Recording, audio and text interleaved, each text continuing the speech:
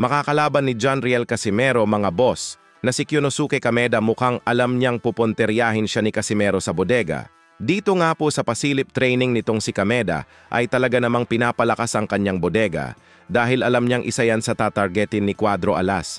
Pero sa tingin ko dito kay Kameda, mga boss, mag-ala Floyd Mayweather ito. Sa darating na October 25, magbabato ng maraming suntok sabay atras takbo dahil alam niyang matatapos siya ng maaga. Oras na dumikit or makikipag toe-to-toe siya kay John Riel Casimero, yan pa naman ang gusto ni Casimero, dikitan at basagan ng muka.